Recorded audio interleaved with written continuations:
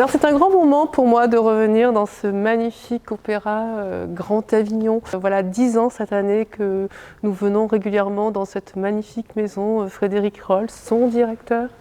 Bonjour, merci beaucoup. Bonjour, merci d'être là aussi. Pour cette interview. Alors c'est avec beaucoup d'émotion justement que je vais faire cette interview parce que ça représente beaucoup de choses aussi pour cette relation de proximité entre cette belle maison du Grand Avignon, je dirais même cette grande maison d'opéra du Grand Avignon, dont vous êtes le directeur, mais aussi le metteur en scène de La Bohème, qui affiche apparemment complet pour les 3 séances. C'est fou le succès que vous avez. On ne va pas s'en plaindre, c'est un opéra très populaire, La Bohème, c'est vraiment très attendu.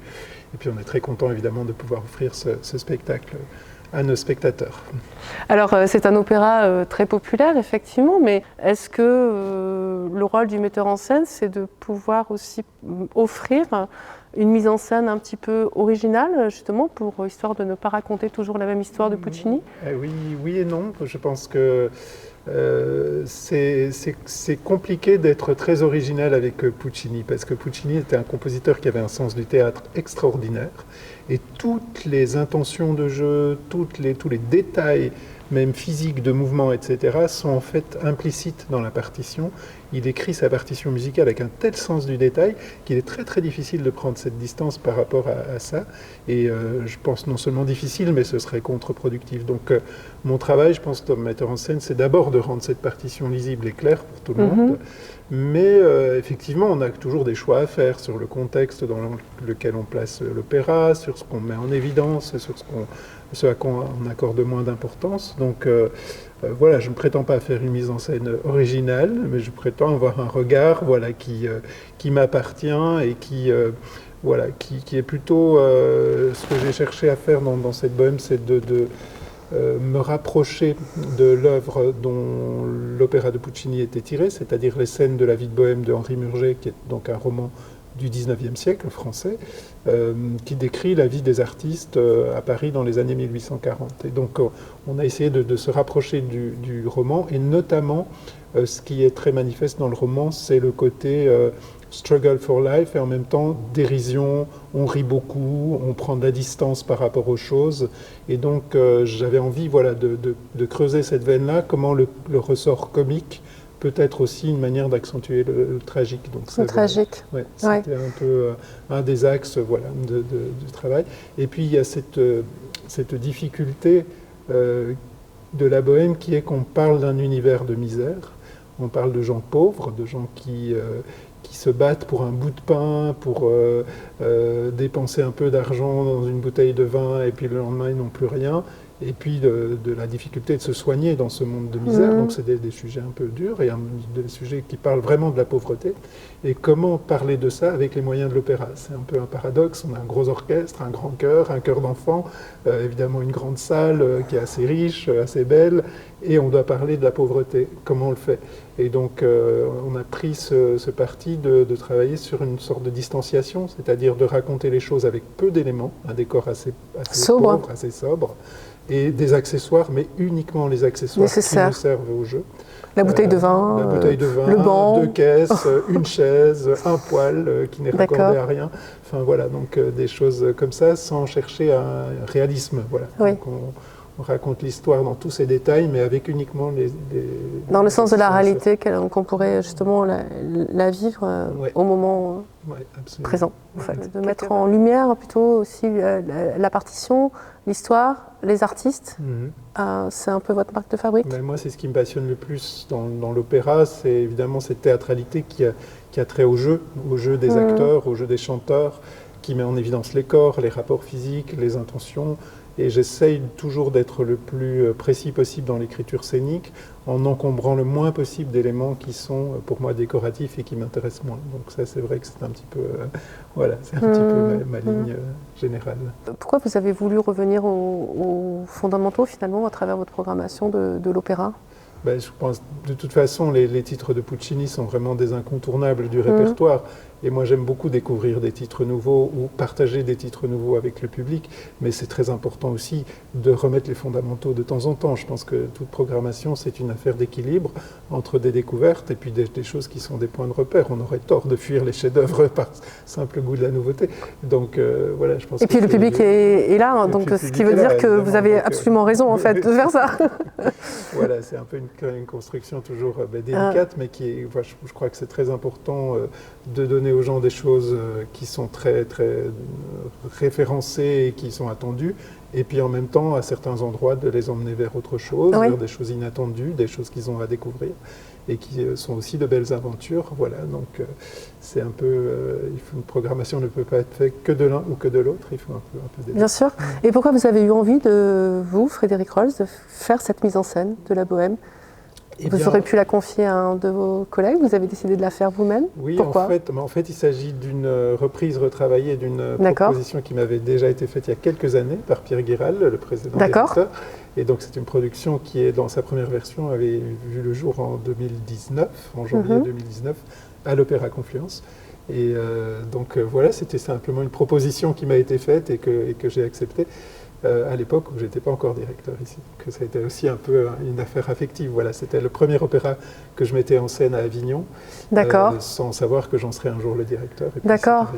Donc effectivement, ça doit évoquer des choses assez particulières pour vous, non ? Absolument. Oui. Dans la distribution, il y a, j'ai pu remarquer quelques jeunes artistes. Enfin, c'est aussi de jeunes artistes que vous avez voulu mettre en scène. Oui, alors il y a des jeunes artistes, des artistes un peu plus confirmés. Oui, mais c'est vrai que c'est encore jeunes. Oui, encore jeunes, ils sont tous encore jeunes. Mais c'est un opéra qui parle de la jeunesse. C'est un opéra qui parle c'est un opéra qui parle d'un monde qui va très vite. C'est un opéra qui parle de l'urgence, de personnages qui savent ce qu'ils vivent aujourd'hui, mais ils ne savent pas s'ils seront encore vivants demain ou dans 2 mois. Et donc ils profitent de la vie à plein. Et dans un rythme, et musicalement, c'est très très manifeste. C'est une partition qui va très vite, qui pulse tout le temps, qui ne s'arrête jamais. Et donc on sent vraiment que Puccini a construit sa musique comme ça, dans une urgence totale. Et donc effectivement, c'est mieux si c'est servi par de jeunes interprètes, je pense, parce que c'est ça que ça raconte. Quelle est la retranscription en fait, de cette mise en scène ? On est en quelle époque ? 1840, dans les années 1840, alors avec un point de vue qui est pas réaliste à 100%, donc les costumes sont un peu mélangés. On a des éléments plus contemporains dedans aussi à certains endroits. On n'est pas dans une reconstitution historique, mais on est vraiment dans une évocation du Paris des années 1840. C'était vraiment le règne de Louis-Philippe. Et c'était un moment d'effervescence pour les artistes. Un moment où les artistes ont pu s'affranchir de règles précédentes pour créer davantage, s'exposer, écrire. Donc on est dans un moment d'ébullition artistique, mais en même temps on est dans un moment de pauvreté économique aussi. C'est un peu le paradoxe. C'est le respect de l'œuvre dans son intégralité que vous avez souhaité faire, autant dans la mise en scène que dans la musique. Oui, je pense qu'il faut être très respectueux. Très fidèle. Oui. Comment on vit en fait le métier de metteur en scène à quelques jours de la première présentation? C'est toujours très palpitant, puis c'est quelque chose, c'est une aventure collective, donc on est interdépendants les uns des autres, les musiciens, des chanteurs, les chanteurs du metteur en scène, le metteur en scène du chef d'orchestre. Enfin, on est tous interdépendants. Donc c'est toujours à la fois un moment de joie, puis un moment où si quelque chose ne va pas, ça peut être un peu stressant. Mais là, voilà, c'est une belle aventure collective. Et comment vous vivez le stress alors? Comment vous le gérez? Parce que vous êtes aussi directeur de l'opéra, donc... Oui, alors je fais la part des choses entre les deux. J'essaye qu'il n'y ait pas de contamination de l'un sur l'autre.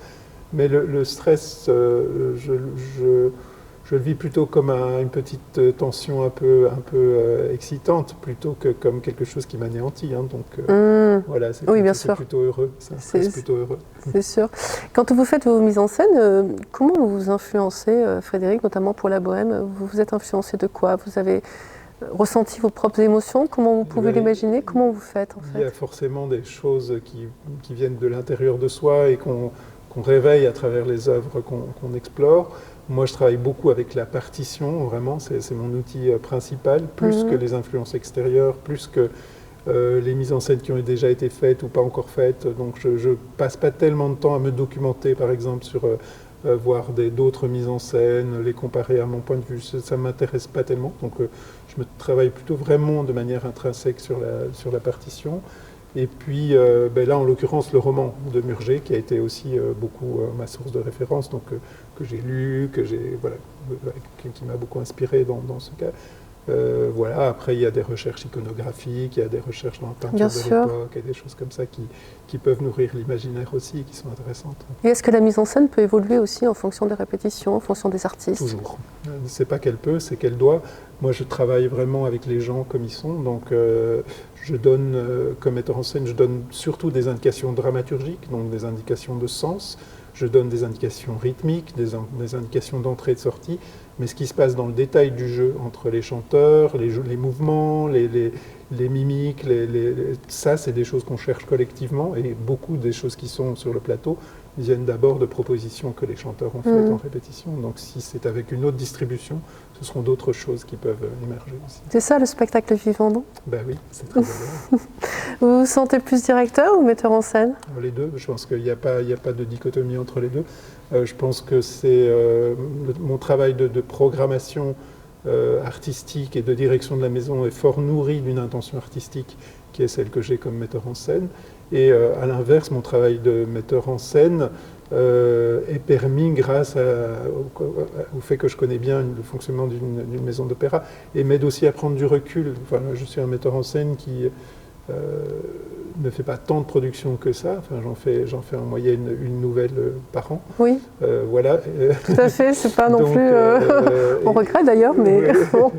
Non, mais c'est bien parce que ça me laisse aussi le temps de préparer les choses. Ça ne me met pas dans un besoin absolu de produire pour produire. Donc.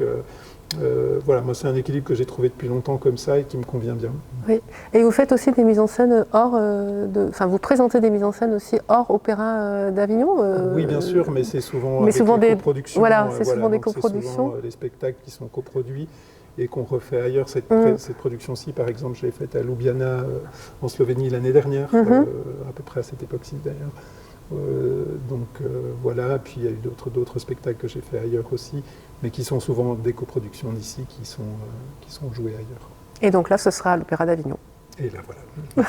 Merci beaucoup, Frédéric Rolls. Merci Marie-Céline. Merci infiniment. Bonne journée. Et puis, bon spectacle. Merci. Bonne bohème.